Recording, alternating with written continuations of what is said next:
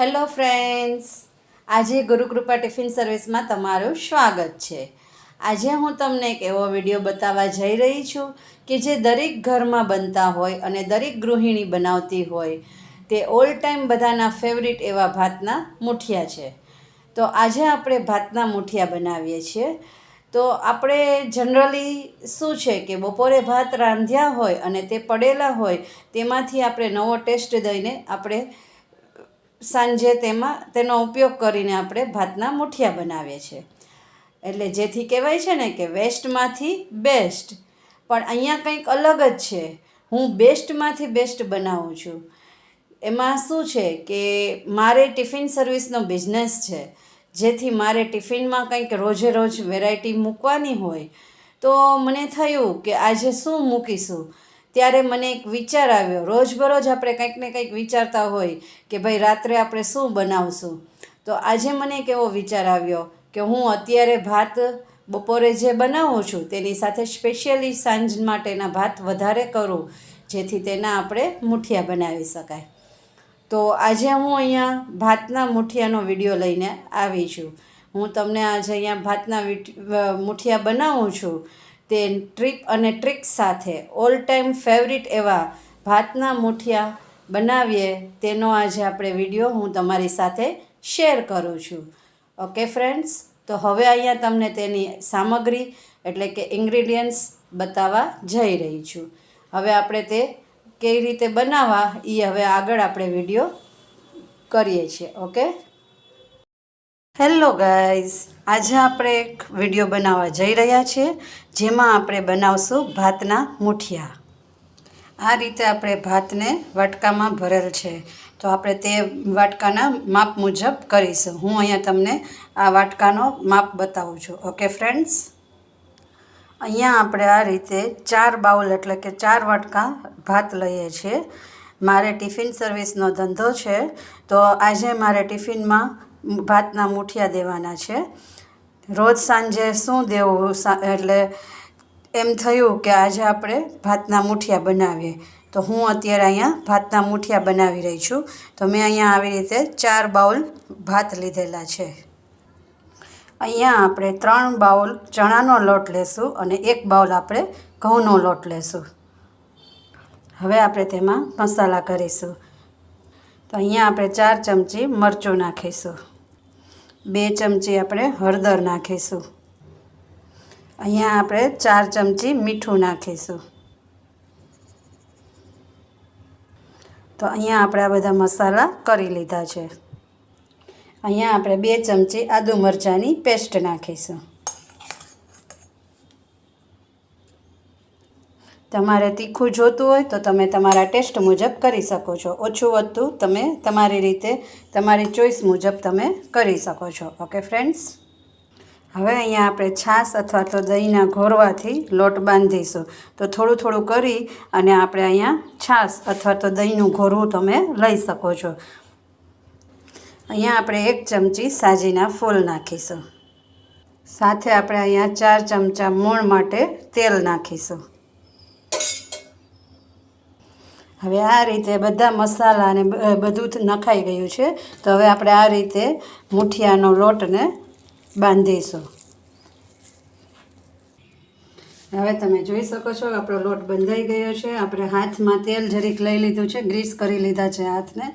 હવે આપણે આ લોટને આ રીતે હાથમાં લઈ અને તેને આ રીતે આપણે મૂઠિયા વાળીશું.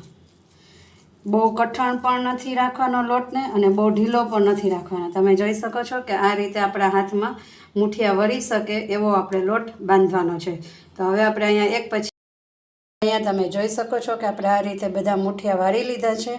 તો હવે આપણે તેને સ્ટીમ કરવા એટલે કે ચડવા માટે થઈને આપણે અડધી કલાક બાફવા મૂકી દઈશું. એટલે આપણા મૂઠિયા અહીંયા બફાઈ જાય. તો અહીંયા તમે જોઈ શકો છો કે આપણે ગેસ ચાલુ કરેલ છે અને અડધું તપેલું પાણીનું ભરેલ છે. તેમાં આપણે આ મૂઠિયા ચાયણામાં રાખી દીધા છે અને આ રીતે ઢાંકી દીધા છે. હવે આપણે તેને અડધીથી પોણી કલાક ચડવા દઈશું. અહીંયા 1 રાઉન્ડ આપણે મૂકી દીધો છે. હવે આ બીજો રાઉન્ડ હજી બાકી છે. 1 રાઉન્ડ થશે પછી આપણે તેને બીજા રાઉન્ડના આ રીતે પછી મૂઠિયા કરીને પાછા મૂકીશું. તો અહીંયા મેં 2 ભાગમાં લોટ લીધેલો છે, ચણાનો અને ઘઉંનો. તમે મિક્સ લોટના પણ કરી શકો, ઘઉં, ચણાનો, બાજરાનો, જુવારનો, એવી રીતે પણ કરી શકો, અને એકલા ચણાના પણ કરી શકો. જે તમને તમારી ચોઈસ મુજબ તમે બનાવી શકો છો. તો અત્યારે મેં અહીંયા 1 વાટકો ઘઉંનો અને 3 વાટકા ચણાના એ રીતે લીધે છે. તો 2 ભાગમાં થઈ શકે કે અડધો ઘઉંનો અને અડધો ચણાનો, એવી રીતે પણ થઈ શકે. અને મિક્સ બધા અલગ અલગ લોટ લેવા હોય તો એ રીતે પણ થઈ શકે. ઓકે ફ્રેન્ડ્સ, આ મુઠિયાને આપણે ભાત વધ્યા હોય બપોરના, તો સાંજે ઘણી વખત એમ થાય આપણે શું બનાવવું, ત્યારે આપણે આ વધેલા ભાતમાંથી મુઠિયા બનાવતા હોય છે, વેસ્ટમાંથી બેસ્ટ. પણ અહીંયા તો મેં અત્યારે મારે બપોરના જે ટિફિનમાં ભાત દેવાના હોય તે સાથે મેં વધારે જ કરેલા હતા, કારણ કે મારે રાત્રે ટિફિનમાં દેવાની હોય વેરાયટી, તો એમ થાય કે શું રોજ દેવું. તો આજે મને એમ થયું કે હું ભાતના વઘારેલા મુઠિયા ટિફિનમાં દઉં. તો શાક, પરોઠા અને મુઠિયા આ રીતે ટિફિનમાં આપવાની છું. એટલા માટે અત્યારે હું અહીંયા આ ભાતના વઘારેલા મુઠિયા બનાવીશ. અત્યારે આપણે બાફીએ છીએ, પછી આપણે બફાઈ જાય પછી આપણે તેને વઘાર કરીશું. જોઈ શકો છો કે આપણા મુઠિયા થઈ ગયા છે, જરાય ચોટતું નથી. આ રીતે આપણે કોઈ પણ મુઠિયામાં ચાકુ ભરાવીએ તો ચોટતું નથી. તો સમજી લેવાનું કે આપણા મુઠિયા અહીંયા બફાઈ ગયા છે ને. બધા મુઠિયા આપણા અહીંયા રેડી થઈ ગયા છે. હવે આ ઠરી જશે પછી આપણે તેને વઘારીશું.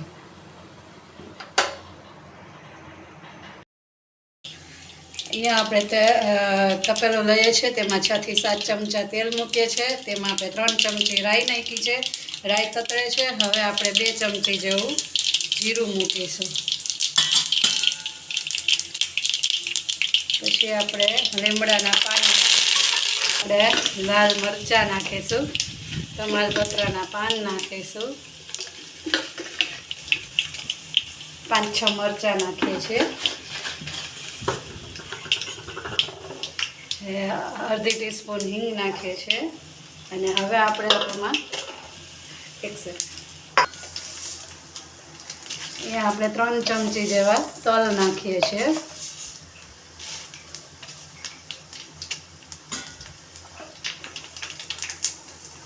હવે આપણે અહીંયા મુઠિયા નાખીશું.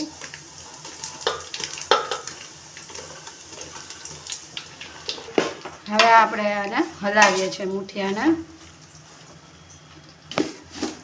અને આ રીતે હલાવીએ જેથી કરીને મુઠિયા ભાંગે નહીં આપણા, અને બધું એક સરખું હલાવાઈ જાય.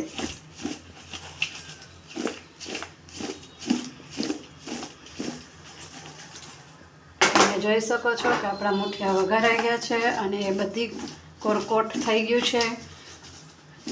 તો આજે મારે આ ટિફિનમાં મુઠિયા દેવાના છે, જેથી મેં આ મુઠિયા બનાવેલા છે.